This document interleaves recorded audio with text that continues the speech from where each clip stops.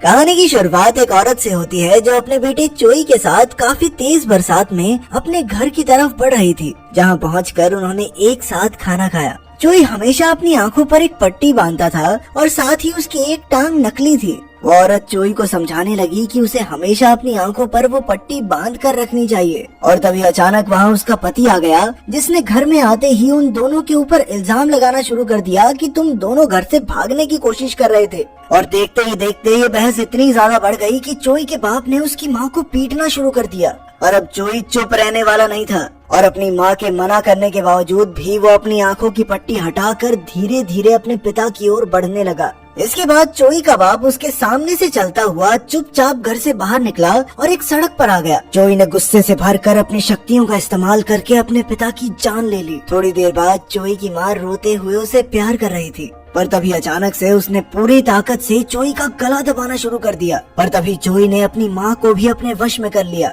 खुद को छुड़ाने के बाद वो अपनी माँ को एक नदी के किनारे पर ले गया, जहाँ पहुंचकर जब उन्हें दोबारा होश आया तो वो जोर जोर से रोने लग गई। असल में चोई की आंखों में एक खास ताकत थी, जिसकी वजह से वो सिर्फ किसी को देखकर ही अपने वश में कर सकता था। कई सालों बाद चोई बड़ा तो हो गया, पर अब उसे दुनिया में किसी से प्यार नहीं था और वो अपना ज्यादातर समय अकेले ही बिताता था। उसे जिंदगी में कुछ करने की टेंशन नहीं थी। वो बड़ी ही आसानी से अपनी शक्तियों की मदद से पैसे चोरी करता और फिर उन्हीं पैसों का इस्तेमाल करके वो दुनिया के अलग अलग बढ़िया होटलों में रुकता। उधर इमकबान नाम का एक लड़का कबाड़ खाने में काम करता था, जहाँ उसके सबसे खास दोस्त थे अली और बोबा। और अपना काम खत्म करने के बाद इमकबान अपने इन्हीं दो दोस्तों के साथ अपना जन्मदिन मनाने के लिए बाहर गया। पर वहाँ से वापस आते वक्त जैसे ही वो गाड़ी से उतरा तो एक तेज रफ्तार से आ रही गाड़ी ने उसे टक्कर मार दी, जिसके बाद उसे हॉस्पिटल में दाखिल करवाया गया। लेकिन अगले ही दिन इमकबान काफी तेजी से ठीक होने लग गया। लेकिन तभी उसे अपने दोस्तों से खबर मिली कि उसे नौकरी से निकाल दिया गया है,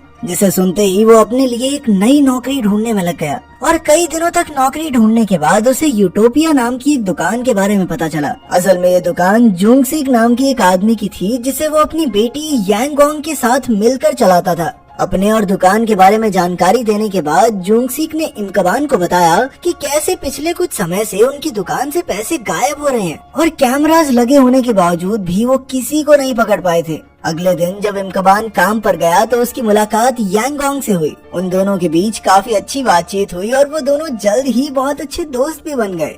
उसी दिन अली और बोबा भी इमकबान से मिलने के लिए दुकान में आए, जिसके बाद वो सभी साथ बैठकर बातें कर ही रहे थे कि तभी अचानक से चोई वहाँ आ गया और उसने तुरंत ही सभी लोगों को अपने वश में कर लिया। अब उसकी शक्तियाँ बचपन के मुकाबले काफी ज्यादा बढ़ चुकी थी और अब वो एक साथ कई सारे लोगों को अपने वश में कर सकता था। इसके बाद उसने बॉस को तिजोरी से पैसे निकालने के लिए भेज दिया, पर तभी इमकबान को कुछ अजीब सा महसूस होने लग गया और तभी उसे एहसास हुआ कि वो अपने शरीर को हिला ही नहीं पा रहा। पर फिर भी उसने पूरी कोशिश करके खुद पर काबू पा ही लिया और अब इमकबान के ऊपर चोई की शक्तियों का कोई असर नहीं था। और अपनी आंखों से ये चीज पहली बार होते देखकर चोई पूरी तरह हैरान रह गया। और फिर उसने इमकबान को रोकने के लिए अली और बोबा का इस्तेमाल किया, जिसके बाद उसने यांगोंग का इस्तेमाल करके उसकी पीठ में चाकू मरवा दिया। इमकबान ने फिर भी चोई का मुकाबला करने की कोशिश की, पर अंत में चोई ने उसके ही बॉस से उसे बिजली के झटके लगवा दिए। इस हादसे के तुरंत बाद इमकबान और उसके बॉस को हॉस्पिटल ले जाया गया, जहां इमकबान तो जिंदा बच गया, पर उसके बॉस की वहीं मौके पर मौत हो गई। उधर चोई को समझ ही नहीं आ रहा था कि आखिर कोई इंसान उसकी शक्तियों से कैसे बच सकता है। और इधर इमकबान और उसके दोस्त दुकान में लगे हुए कैमरास की फुटेज को निकाल ही रहे थे कि तभी चोई भी उस वीडियो को लेने के लिए वहां पहुंच गया। लेकिन इस बार वो अपने साथ कई सारे और लोग भी लाया था, जिन्हें उसने अपने वश में किया हुआ था। खतरा देखते हुए अली और बोबा तो तुरंत वहाँ से भाग गए, लेकिन इमकबान उस सीसीटीवी फुटेज को लेकर वहीं पर छुप गया। लेकिन चोई भी इतनी आसानी से हार मानने वाला नहीं था। उसने इमकबान पर हमला करना शुरू कर दिया और जल्द ही उनकी लड़ाई दुकान से निकलकर सड़कों पर पहुंच गई, जहां चोई बिल्कुल अकेला था। और अब तक इमकबान भी समझ गया था कि चोई को हमला करने के लिए लोगों की जरूरत थी और इसलिए अब उसने चोई का पीछा करना शुरू कर दिया। जिसके बाद वो लोग सड़क के किनारे पर पहुंच गए, जहां जैसे ही इमकबान चोई का सामना करने के लिए गाड़ी से उतरा तो कुछ लोगों ने उसे घेर लिया। वो सभी उस वक्त चोई के वश में थे और उसी के कहने पर उन्होंने इमकबान पर हमला कर दिया। पर इससे पहले कि वो इमकबान को खत्म कर पाते, उसने अपनी इलेक्ट्रिक गन से चोई पर हमला कर दिया, जिसके जबरदस्त झटके की वजह से उसका ध्यान भटक गया। और इसी मौके का फायदा उठाकर उसने चोई के मुंह पर कपड़ा डाल दिया ताकि वो किसी को देख ही ना सके।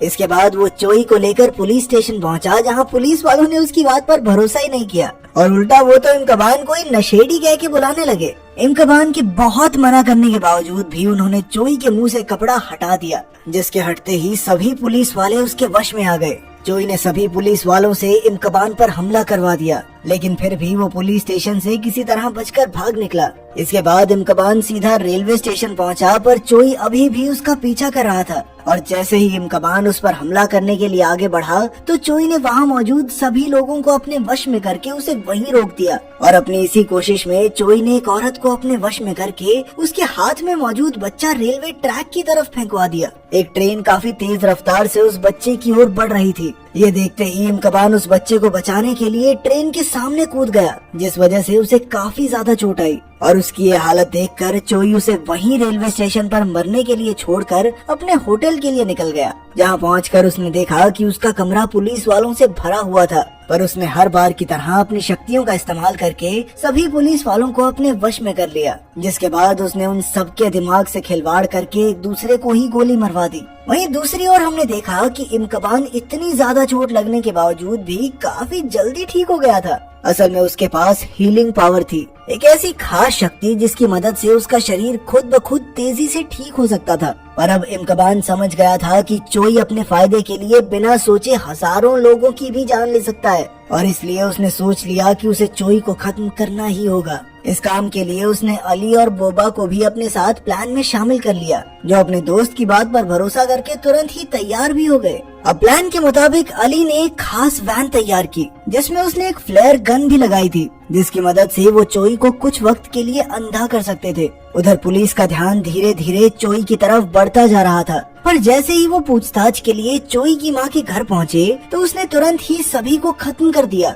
जिसके बाद वो अपनी माँ को भी मारने के लिए गया। लेकिन वो ऐसा कर नहीं पाया और ऐन वक्त पर अपना मन बदल कर वहाँ से चला गया। साथ ही उसने बैंक से चुराए हुए पैसों का कुछ हिस्सा अपनी माँ के लिए भी छोड़ दिया। उधर वो तीनों वैन में बैठकर पूरे शहर में चोई को ढूंढने में लगे हुए थे कि तभी थोड़ी देर के लिए इमकबान की आंख लग गई, और जैसे ही उसकी आंख वापस खुली तो उसने देखा कि बोबा चोई के वश में आकर अली पर हमला कर रहा था। वो तुरंत ही समझ गया कि चोई आसपास से उन्हें देख सकता था, और इसीलिए उसने गाड़ी से उतरकर उसे ढूंढना शुरू कर दिया। फिर अचानक से उसे चोई की एक झलक दिखाई दी, जिसका पीछा करते हुए वो एक इमारत में पहुंचा, जहां चोई ने पहले से ही काफी सारे लोगों को अपने वश में किया हुआ था। इसके बाद चोई ने उन्हीं लोगों के जरिए इमकबान से बात करना शुरू कर दिया, और उसके मुताबिक सबकी मौत के पीछे सारी गलती इमकबान की ही थी। और वो कहने लगा कि इमकबान की गलती की वजह से इतने सारे लोग मारे गए, क्योंकि उसने बिना बात चोई के काम में दखल अंदाजी की थी। वो आराम से चोरी करता था और चला जाता था,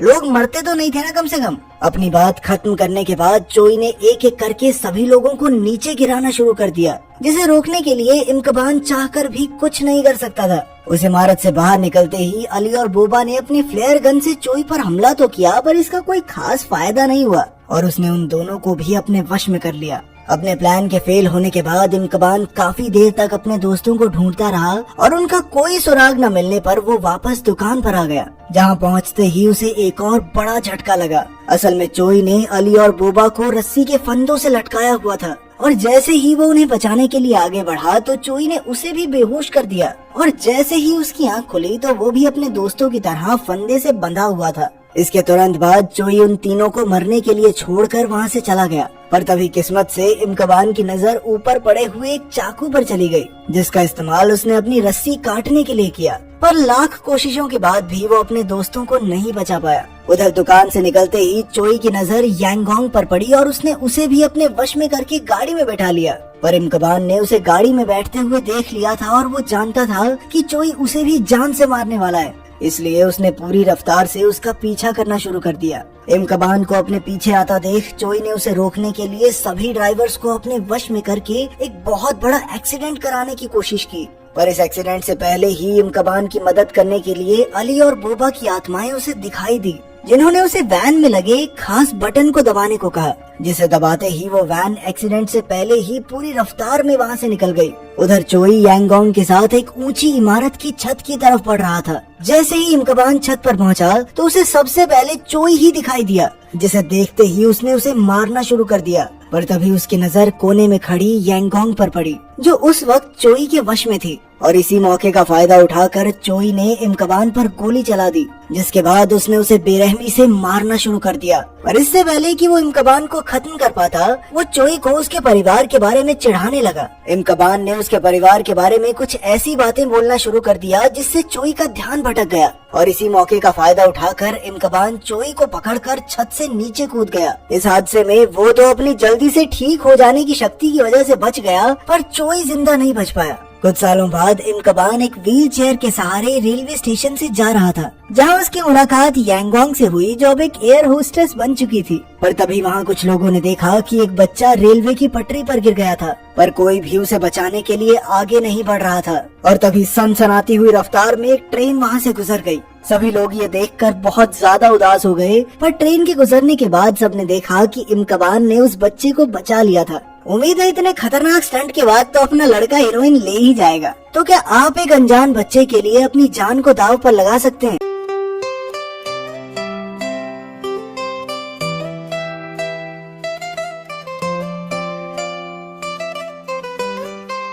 तू अखियां देना देने,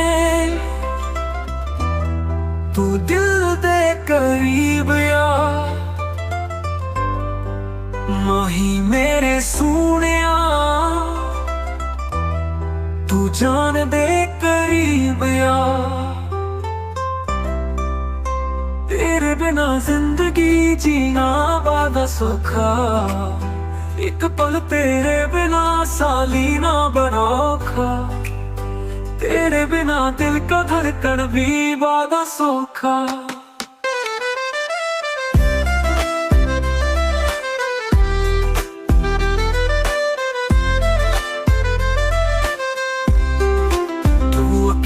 देना दे यार, तू दिल दे करीब यार,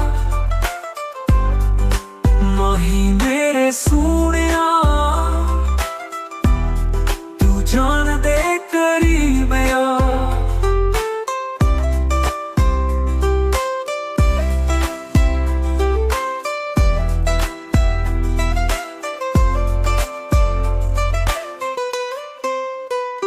तेरे प्यार दी खुशबू मेरे दिल विच बसदी, तेरे प्यार दी याद मैनू पल पल दसदी। मैं तेरे नाल रहना, तेरे नाल ही मैं जीना, तेरे प्यार विच खुश रहना, तेरे प्यार विच ही मैं पागल हो जाना।